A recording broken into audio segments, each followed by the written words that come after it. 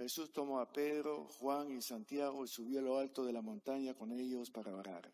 Y mientras él oraba, el aspecto de su rostro cambió. Sus vestidos brillaban blancos. De repente 2 hombres empezaban a conversar con él.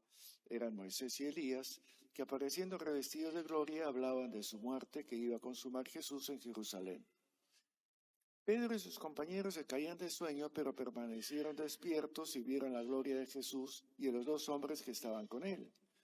Mientras estos se alejaban, Pedro dijo a Jesús: Maestro, qué bien se está aquí. Haremos 3 carpas, una para ti, otra para Moisés y otra para Elías. No sabía Pedro lo que decía. Todavía estaba hablando cuando llegó una nube que los cubrió. Se asustaron al entrar en la nube y una voz desde la nube decía: Este es mi hijo, mi elegido, escúchenlo. En el momento en que la voz se escuchó, Jesús estaba solo. Los discípulos guardaron silencio y por el momento no contaron a nadie lo que habían visto. Es palabra del Señor.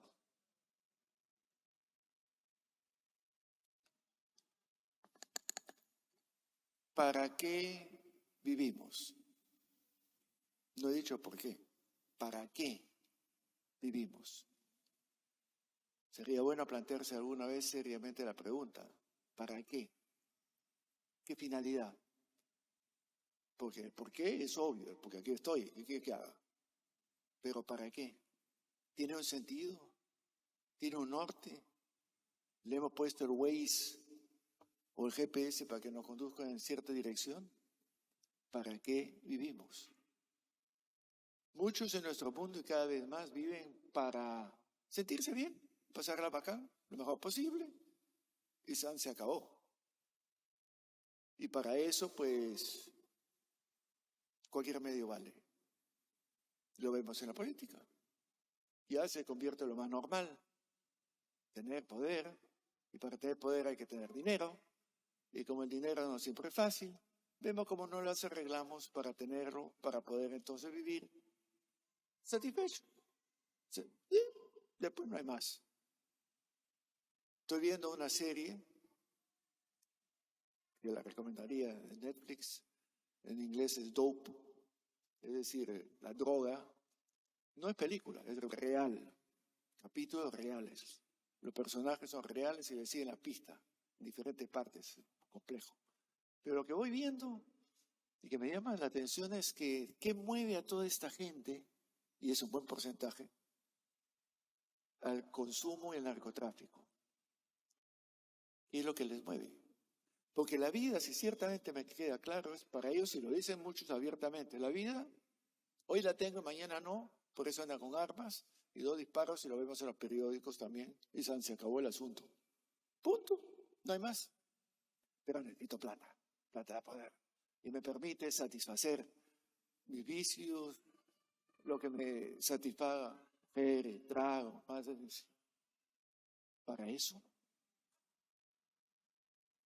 Y eso arrastra obviamente a la sociedad. Nos cuesta millonadas.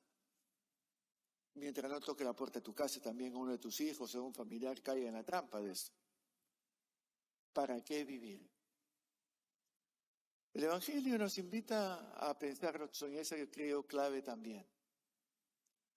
Nos presenta a Jesús en un punto importante en el recorrido. Vas dejando Galilea para ir bajando de Galilea hacia la Judea, vas a llegar después de la Semana Santa y estamos en Cuaresma. Nos presenta hoy un cuadro. Un cuadro. No es histórico, obviamente, pero tiene una lección espectacular. Este Jesús sube a un monte, no tiene nombre, alto, y va a cabo lo que llamamos la transfiguración. ¿Por qué un monte? Como en muchas sociedades, en el Perú también, las huacas, los zigurats en el oriente, o los grandes pirámides de los aztecas, porque ese punto de encuentro entre cielos y tierra. Pero cuanto más alto, más cercano estoy a lo de Dios. Acuérdense el relato de la Torre Babel. Querían hacer un rascacielos, y hacer un golpe de Estado, ¡pum!, y sustituir a Dios, y ahí está. Nosotros somos Dios. En el fondo queremos ser Dios. Ese primer capítulo de Génesis también. Querer ser como dioses. Nos va a un punto alto, se lleva a cabo un fenómeno que les muestra, como en las películas, el avant-premiere, lo que viene, la siguiente película. ¿Cuál es el siguiente paso? ¿A dónde termina? Termina una transfiguración. Ese es el para qué vivir. Transfigurarnos de tal modo que lleguemos, cielos y tierra se funden y se vive ya en la tierra lo que se espera vivir más allá de esta vida.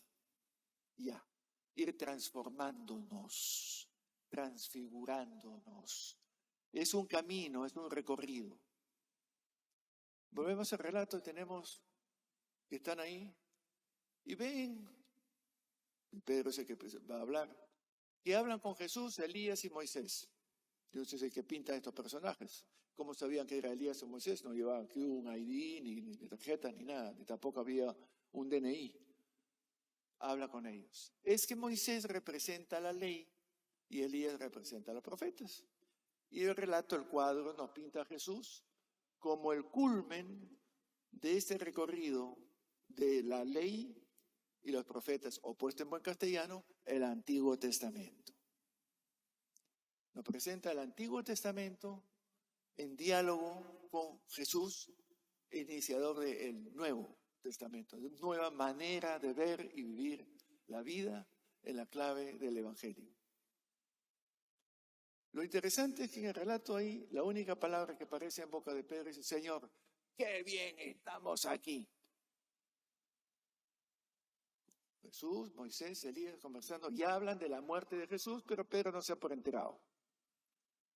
Pedro dice: qué lindo estamos aquí. Esa religiosidad, no me la cambien, pues. Quedémonos con esto estancado, porque esto es lo máximo. La religión de antes, la misa en latín, con canto gregoriano que me llevan a la 10ª nube, satisfecho con ceremonia no sé cuántos, y religiosidades que me hacen sentirme bien, grupitos en lo que estoy, lo que tú quieras. Pero no me cambien las cosas. Desaparece el Antiguo Testamento y está Jesús solo, dice. Y una voz que dice: este es mi Hijo amado. Escúchenlo. Este, no Moisés, no Elías, no el Antiguo Testamento, no la religión de ayer, sino Jesús hoy. Este que está aquí con ustedes, escúchenlo. A Él. ¿Le escuchamos? ¿Escuchar qué? Lo viene diciendo, Jesús viene advirtiendo: síganme, y llegaremos a la vida en plena, el reino de Dios será realidad. Caminemos juntos, pero eso tiene pues su costo. Tengo que negarme a mis pequeños gustitos, mi ego, incluso mi ego religioso. Me hace sentir muy bien, yo soy importante, fundador, sabe Dios qué cosa. Estoy yo aquí como curita paradito bien. Y ustedes todos me están mirando, qué bien. Me siento como un pavo real. Me infla mi ego. La tentación de los religiosos que puede inflar mi ego. Yo soy bueno, tengo mi aureola, yo rezo. Escúchenlo. Y hay que escuchar. Y miramos los evangelios, nos damos cuenta que hay que escuchar, obviamente. Pero creo que no lo escuchamos mucho, no sé. Pero esa es la sensación que tengo. Que escuchamos a un Jesús que invita a olvidarse de sí mismo para desvivirse por los demás. Y ahí se va llevando a cabo mi transformación, en que mi vida tiene sentido. Creo que la experiencia, espero yo, de la mayoría, sino de todos, es que conforme voy amando a otros, me dedico a otros, me vuelco a mi familia, a mis amistades, al entorno, a nuestra patria. Nos desvivimos, por otro, nos vamos transformando y siendo cada vez más semejantes a Jesús, que se desvivió hasta el último suspiro por los demás. Y es lo que da sentido a la vida. Pensemos, la experiencia del amor es medular al cristianismo. La experiencia del amor te hace feliz.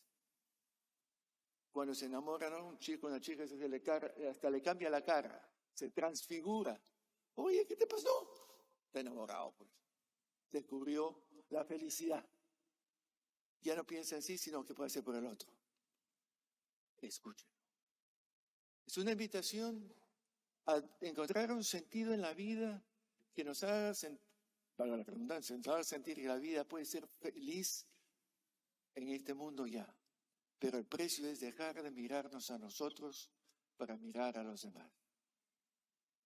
Y eso pues no es lo precisamente que predica el mundo de hoy día.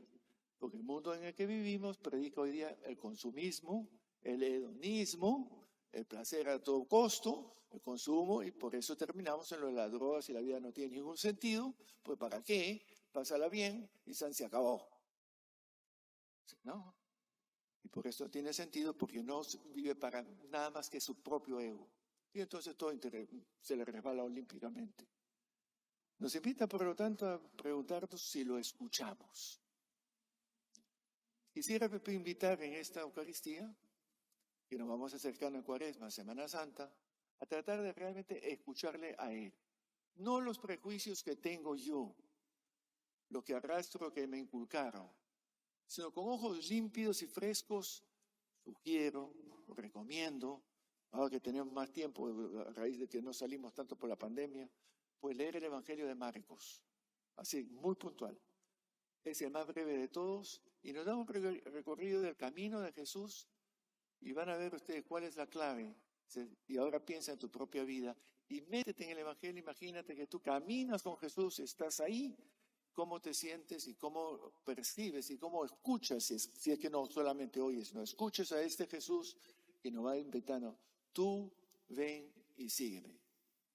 Para eso, toma tu cruz y vamos a caminar juntos. ¿Hacia dónde? Hacia la transfiguración, a la plenitud del sentido de mi vida. Digo, qué lindo es vivir, porque nos amamos, nos queremos, nos respetamos, nos acogemos, confiamos. ¿No es eso en gran medida lo que buscamos, que quisiéramos? Pues hay que pagar el precio. El precio es dejar de estar pensando en sí mismo para poner en primer plano las personas de mi entorno, en esta patria nuestra, y hacer de este mundo un paraíso aquí que Jesús llamaba el reino de Dios, y que decimos el Padre nuestro: venga a tu reino, reino del amor, reino del perdón, reino de la acogida, reino de la celebración de la vida.